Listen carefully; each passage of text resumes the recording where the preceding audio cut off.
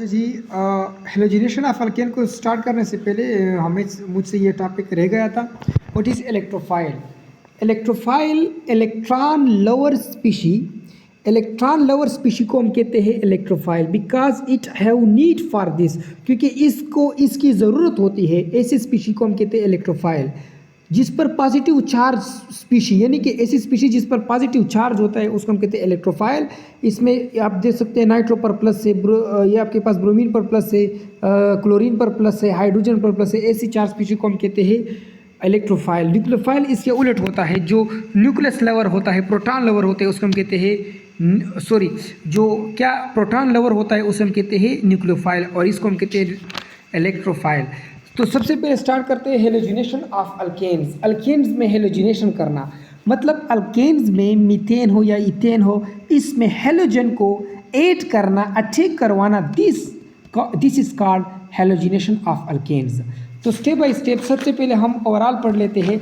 मेरे पास ये क्या है, मीथेन है, एक कार्बन है, मिथ सिंगल बॉन्ड है, एन मीथेन है, कार्बन हाइड्रोजन मीथेन है, प्लस Cl2 क्लोरीन गैस के साथ में मिला रहा हूँ, तो एक क्लोरीन इस पर अटैच होगा, इस पर अटैच होगा। लेट सपोज ये ऐसी रिएक्शन है। इसके लिए सनलाइट की ज़रूरत होती है, ठीक है, HV फोटान, ठीक है, जो इस पर पड़ते हैं 25 सेंटीग्रेड पर। अगर आपके पास सनलाइट नहीं है और अंधेरा है तो आप हाई टेम्परेचर से कर सकते हो, तकरीबन 100 सेंटीग्रेड। अगर ये नहीं है तो आप कैटालिसिस इस्तेमाल कर सकते हो, ये वाला, ठीक है, ऑर्गेनिक पेरोक्साइड, ठीक है। तो आपके पास ये बन जाएगी। तो इसको हम कहते हैं हेलोजिनेशन ऑफ अल्केन्स। अब यहाँ पर आप देख सकते हैं, यहाँ पर मेरे पास ये प्रोडक्ट बनेंगे CH3Cl, CH2Cl2, CHCl3, CCl4, ठीक है। अच्छा, अब इसके हम कॉमन और आईयूपैक नेम भी पढ़ लेते हैं। ये जो आपके पास CH3Cl है, इसको हम कहते हैं मिथाइल क्लोराइड। ये जो है आपके पास CH2Cl2 इसको हम कहेंगे मिथाइलिन डाइक्लोराइड। क्या कहेंगे? Methylene dichloride. यानी अगर मैं यहाँ पर लिख दूँ आपके लिए, ये क्या है, कॉमन नेम में इसको मैं कहता हूँ क्या, इसको मैं कहता हूँ मिथाइल क्लोराइड, ठीक है, मिथाइल क्लोराइड। अच्छा, यहाँ पर स्पेस कम है। अच्छा, डायरेक्ट पढ़ लेते हैं। ये आपके पास है CH2Cl2, इसको हम कहते हैं मिथाइलिन। ये जो आपके पास है, ऊपर नहीं नीचे, ये है मिथाइलिन डाइक्लोराइड, ठीक है। यानी कि 2 क्लोरीन है, मिथाइल है, एक मिथाइल है, 2 क्लोरीन है, मिथाइलिन डाइक्लोराइड। ये आपके पास होता है क्लोरोफॉर्म, ये आपके पास होता है कार्बन टेट्राक्लोराइड। आईयूपैक में क्या नाम है? ये तो कॉमन नेम थे। आईयूपैक में क्या नाम है? आईयूपैक में सबसे पहला आता है ये वाला, इसको हम कहते हैं क्लोरोमीथेन, डाइक्लोरोमीथेन, ट्राइक्लोरोमीथेन, टेट्राक्लोरोमीथेन। ये आसान था, ठीक है। अच्छा, अब हम आते हैं, स्टार्ट करते हैं इसके रिएक्शन को।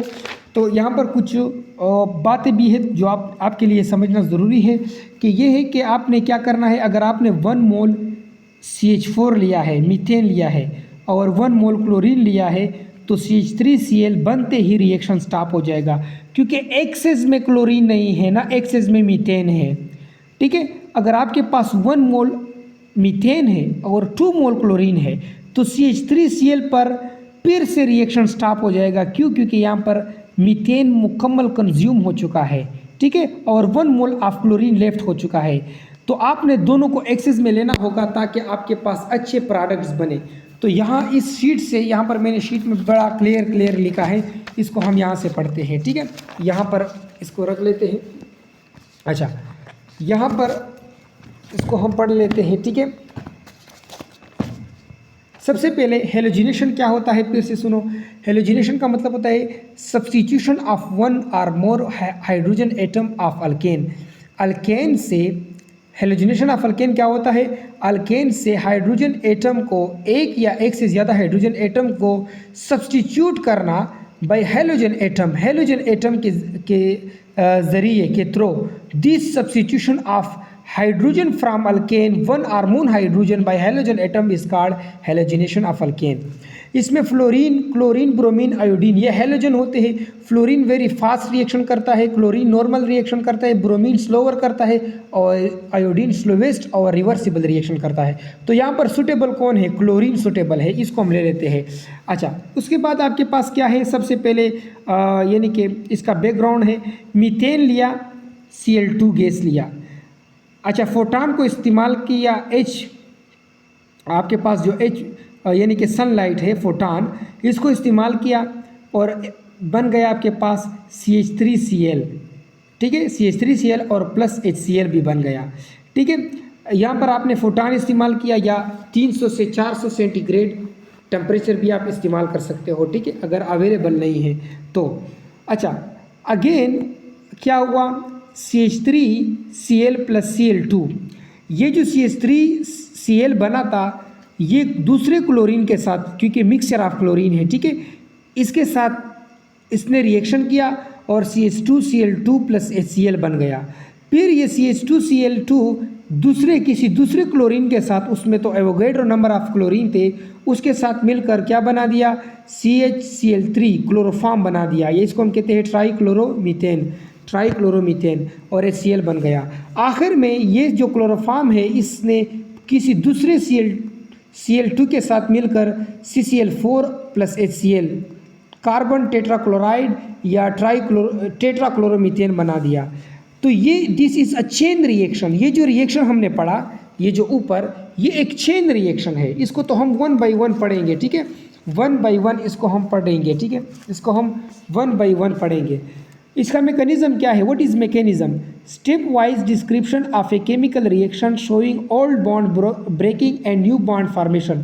तो किसी केमिकल रिएक्शन को स्टेप वाइज डिस्क्राइब करना, उसके पुराने बॉन्ड को तोड़कर नए बॉन्ड की फॉर्मेशन के जरिए, this step wise description of chemical reaction is called mechanism.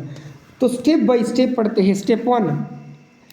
Step one में क्या होता है? चेन इनिशिएशन, यानी कि हम इसको कहते हैं सिंपली इनिशिएशन, ठीक है, स्टार्ट, यानी कि ये जो चेन बनता आ रहा है, ये CH से फिर ये बना, फिर ये बना, इसमें क्या होती है? इस चेन में इनिशिएशन होता है। मतलब इसमें क्या बनती है? इसमें यानी कि हम कहते हैं कि माचिस की तीली यहाँ पर लगती है, तो यहाँ पर चेन इनिशिएशन होता है। In this mixture Avogadro number of chlorine exist. ये जो हम रिएक्शन करवा रहे हैं किसी कंटेनर में, यहाँ पर मिक्सचर ऑफ क्लोरीन गैस मौजूद है, ठीक है, एवोगाड्रो नंबर ऑफ क्लोरीन मौजूद है। तो ठीक है, सबसे पहले क्या होता है? इस फ्री रेडिकल बनते हैं। सबसे पहले क्या बनते हैं? Free radical.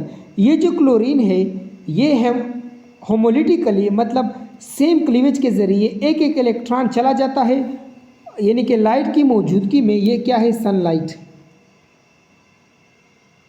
सनलाइट की मौजूदगी में HV, सनलाइट की मौजूदगी में ये जो क्लोरीन है, जो एवोगाड्रो नंबर ऑफ क्लोरीन है जो इस कंटेनर में पाया जाता है, इसमें क्या होती है? होमोलिटिकली फ्यूजन होती है। एक इलेक्ट्रॉन इसके पास चला जाता है, एक इलेक्ट्रॉन अपना इसके पास चला जाता है, और इस एरो को हम कहते हैं fish hook arrow. Fish hook arrow यानी कि जो फिश पकड़ने वाले जो हुक होते हैं, इस एरो से हम शो करते हैं, यानी कि एक इलेक्ट्रॉन इसके पास चला गया, एक इलेक्ट्रॉन इसके पास चला गया, और यहाँ पर बन गए फ्री रेडिकल। तो पहले क्या बन गए? पहले चेन इनिशिएशन हुआ, मतलब माचिस की जो आग, यानी कि तीली की आग यहाँ पर जल गई, ठीक है, जंगल में जो छोटी तीली आग लगाती है, वो आग यहाँ पर लग गई और फ्री रेडिकल बन गए। फ्री रेडिकल काफ़ी अनस्टेबल होते हैं और मोर रिएक्टिव होते हैं, ठीक है। अच्छा, स्टेप 2 में क्या होता है? इसमें चेन प्रोपोगेशन होता है। ये जो चेन बन गया है, ये जो आग लग गई है, अब ये आग एक दरख्त से दूसरे दरख्त, फिर तीसरे दरख्त, फिर 1000 दरख्त तक पहुंचेगी, ठीक है। अब यहाँ पर क्या होता है? यहाँ पर क्या है? इसको हम स्टार्ट से स्टार्ट करते हैं, ठीक है, यानी कि ये स्टार्ट से अभी शुरू हुआ है। ये जो दूसरा स्टेप है, इसमें हमने स्टार्ट से स्टार्ट करना है, और ये जो फर्स्ट स्टेप था वहाँ पर हमने सिर्फ क्लोरीन से फ्री रेडिकल बनाए थे, जो यहाँ पर मौजूद है, देख सकते हैं आप।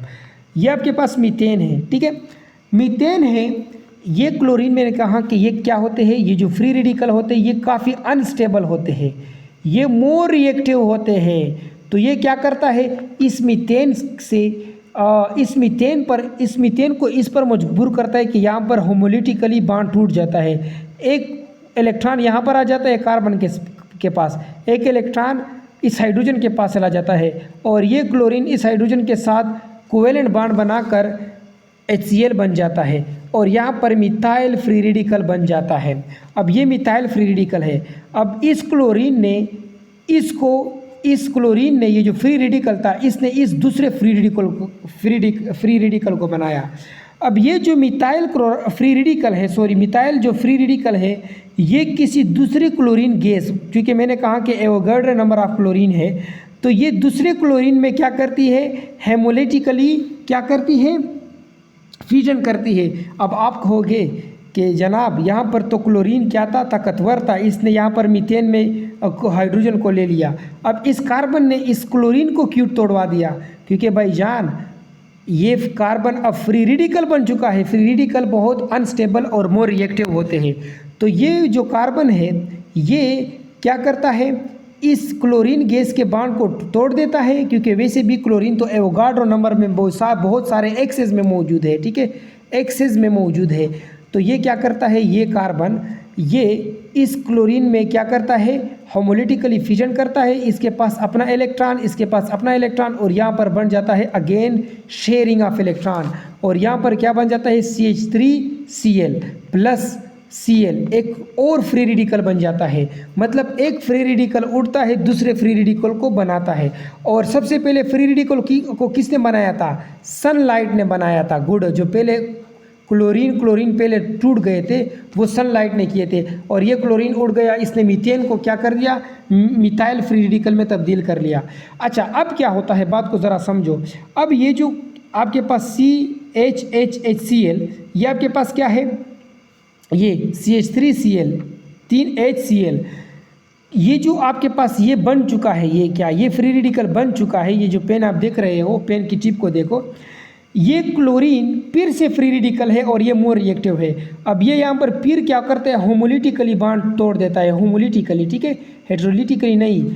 और फिर से क्या करता है, इसके साथ बॉन्ड बना देता है, और फिर क्या बन जाता है, HCl बन जाता है, और ये कार्बन बेचारा फिर फ्री रेडिकल में तब्दील हो जाता है, फ्री रेडिकल बन जाता है, और ये फिर से मोर रिएक्टिव हो जाता है। अब ये जो